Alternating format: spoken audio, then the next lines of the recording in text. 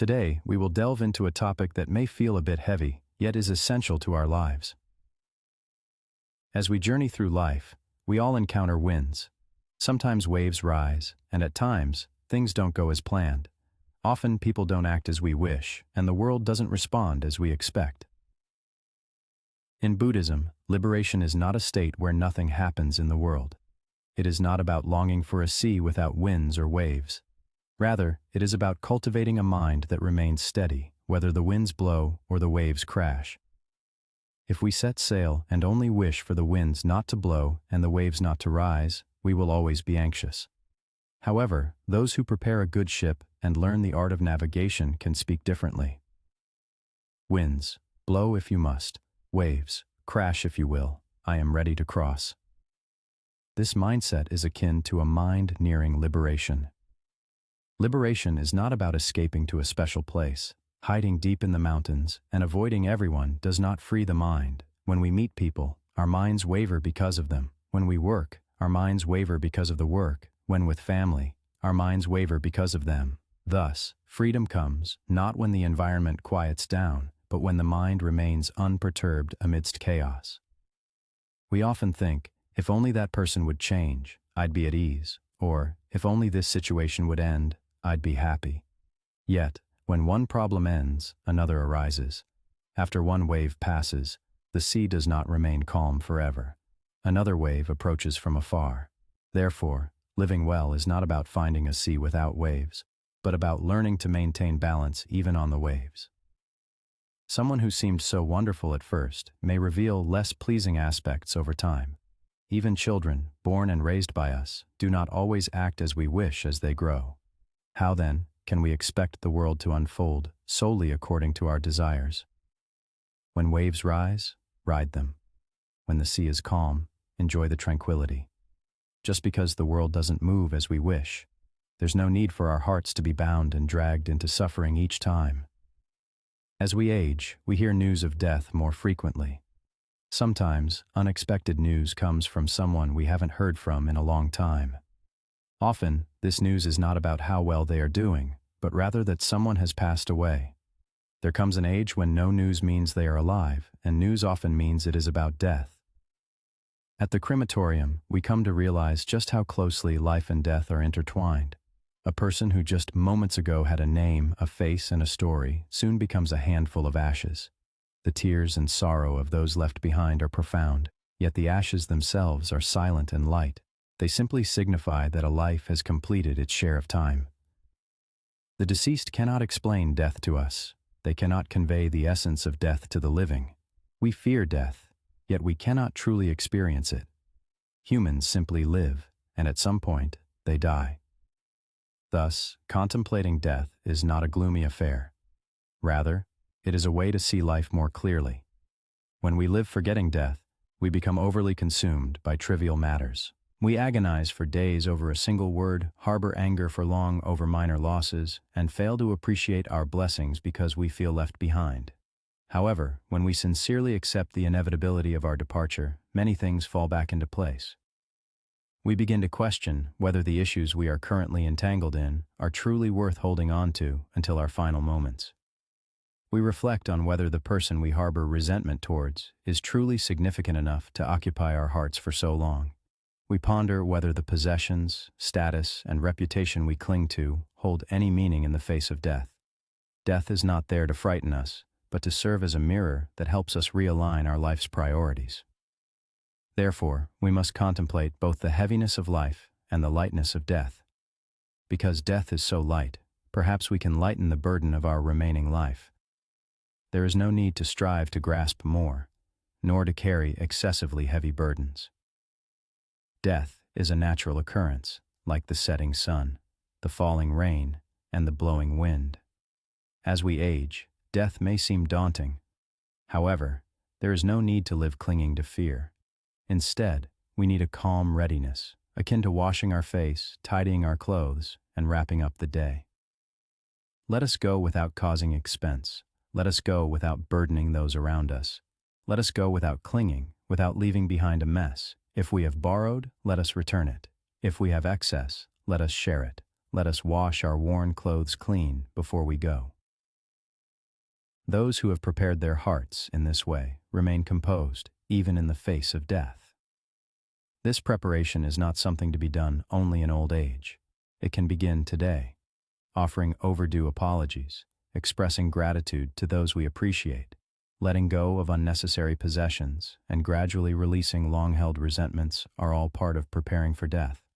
Preparing for death is not just about arranging funeral rites, but about making the remainder of life lighter and more honest. If at the end of the day, there is much residue left in our hearts, that too is a burden to be sorted. The belief that we are right, that others are wrong, that we must be acknowledged, that having more ensures safety. When these thoughts accumulate, the burden on our hearts becomes heavier than the clutter in our homes. If we wish to be light before death, we must practice using our hearts lightly while we live. As we approach death and open our drawers and cabinets, there comes a moment when most of what we clung to throughout life feels like mere trash. The possessions we deemed precious, the desires we couldn't let go of, the things we hoarded thinking they might be needed someday, suddenly weigh upon us like the entirety of a lifetime.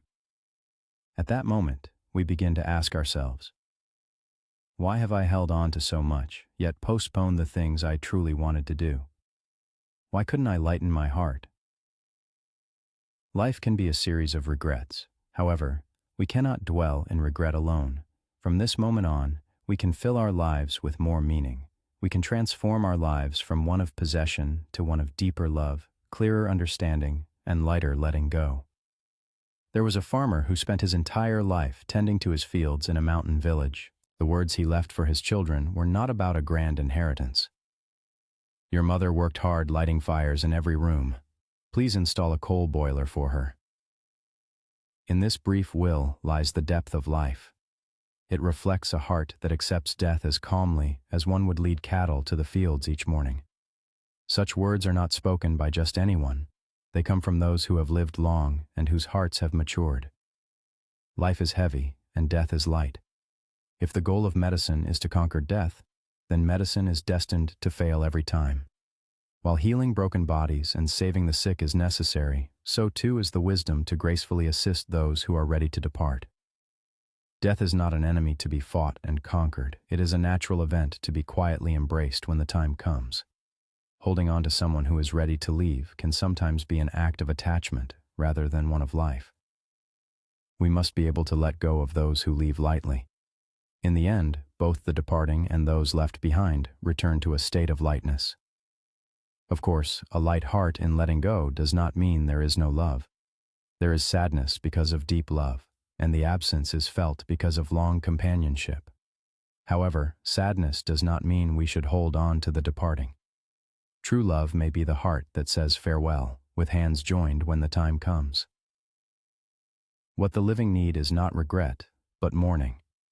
Unspoken words may come to mind, and memories of not having done enough may pierce the heart.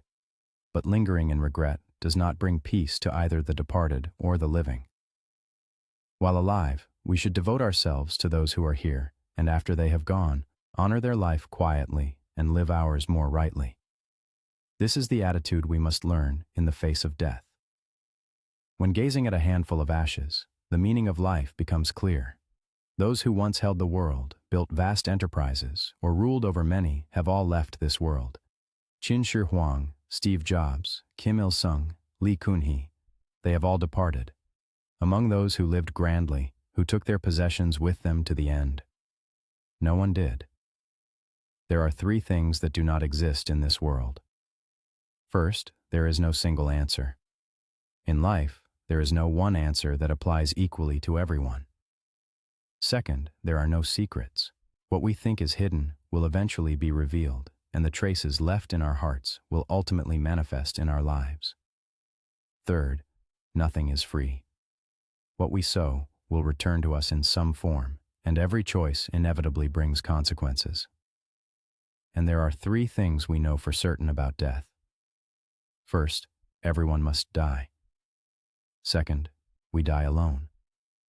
Third, we cannot take anything with us. Conversely, there are three things we do not know about death. We do not know when we will die. We do not know where we will die. We do not know how we will die. Therefore, we must always live with readiness. While the way we are born is similar for everyone, the way we die is truly diverse. Thus, the essence of a person's life is revealed more deeply in their departure than in their birth. When I came into this world, I cried while those around me laughed. If, when I leave this world, those around me feel a sense of loss and I can depart with a peaceful smile, then that would be a life well lived. Do not seek a happy life from afar. The ability to walk, to eat, to converse with someone, and the simple fact of being alive and breathing are already great gifts. We often mistake great fortune for happiness. We believe that buying a house, gaining a name, earning a lot of money, and reaching a position others envy will bring us happiness. However, these things bring only momentary joy and soon lead to further desires. In contrast, lasting happiness is hidden in the ordinary things we often overlook. Waking up in the morning, drinking warm water, asking about someone's well-being, and being able to walk on our own feet today, only when these things are gone do we realize they were blessings. Therefore, do not take today's ordinariness lightly. A person who can appreciate an ordinary day is someone who already possesses much. Life is like a picnic. We should rest on the way there, rest on the way back, and take breaks to gaze at the sky whenever we can. Do not live life too busily. Do not exhaust each day as merely a means to achieve some end. A child on a picnic does not only think about reaching the destination quickly. They look at the flowers by the roadside, anticipate their lunch, listen to a friend's laughter, and enjoy the feeling of the breeze. Yet, as adults, we often treat life like a task. We push ourselves to arrive faster, achieve more, and gain more recognition. In doing so, we may reach our destination, but forget what we saw along the way. Living life like a picnic does not mean abandoning responsibilities. It means doing what needs to be done without losing the entirety of life because of it. Work for your family, but do not lose the time to look them in the eye. Strive for success, but do not forget the gratitude for today's sunshine and a single meal. Walk towards your goals, but remember that the journey itself is already life. We did not come into this world just to work. We were not born solely to succeed. Work and success may be parts of life, but they are not its entire purpose. We are beings gifted with the time to wander through this world. So do not turn life into a means to an end. Remember that life itself is the purpose. This journey does not gain meaning only by arriving somewhere. Seeing, hearing, loving, understanding, and letting go during the walk. All these processes are already life. If you go on a distant picnic but your heart is filled with turmoil and suffering, it cannot be called a true picnic. The person who truly enjoys life is the one who finds small joys amidst difficult stories and discovers things to be grateful for in a complicated world. Growing older is much the same. When you see someone aging gracefully, the world appears truly beautiful. Aging does not necessarily mean becoming worn out. Rather, there can be new depth within aging. Though aging and becoming worn may seem just a stroke apart in writing, their meanings are entirely different. Aging is the natural flow of life. However, becoming worn is when the heart closes, thoughts become rigid, and gratitude fades away. Aging is inevitable, but becoming worn is something we can observe. The wrinkles on our bodies are crafted by time, yet the creases in our hearts are formed by attachment. While it's natural for physical strength to wane, there is no need for the generosity of the heart to diminish. In fact, the longer one lives, the more one can understand, forgive deeply, and smile quietly. Being near someone who ages gracefully brings peace to the heart. Such a person speaks through their life rather than boasting of their stories. Though they have faced much, they have not hardened with resentment. Though they have lost much, they have not lost gratitude. Though they have seen the world's flaws, they have not aged into hatred. Their old age is more beautiful than youth. When aging and becoming worn come together, life is left with only emptiness and despair. However, if one ages without becoming worn, life is renewed each day. While the body ages, the heart and character can deepen. A more mature life unfolds, and enlightenment may draw nearer. Even at a young age, one can have an old heart, and even in old age, one can have a youthful heart.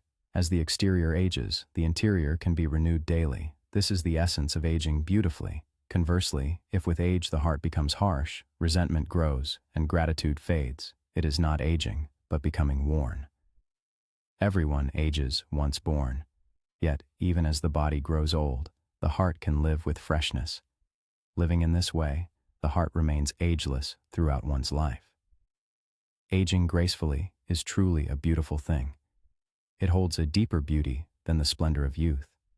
There are times when the refined elegance of a life shaped by time resonates more profoundly than the reckless exuberance of youth. Are you perhaps afraid or saddened by aging? It might be because the heart has aged before the body. Try to renew your heart. Embrace newness, reclaim gratitude, and fill the remaining time with love. The rings of age reveal the weight of life. With them, we can become more mature. Whether we walk slowly or run swiftly, the time given to us is but one life. Some leave after a short while, others after a long life. But ultimately, we all depart to where we must go. Therefore, live your precious time with love. Live with understanding. Do not fill the unique life given to us with only regrets of the past, but focus your heart on beautifying the days that remain.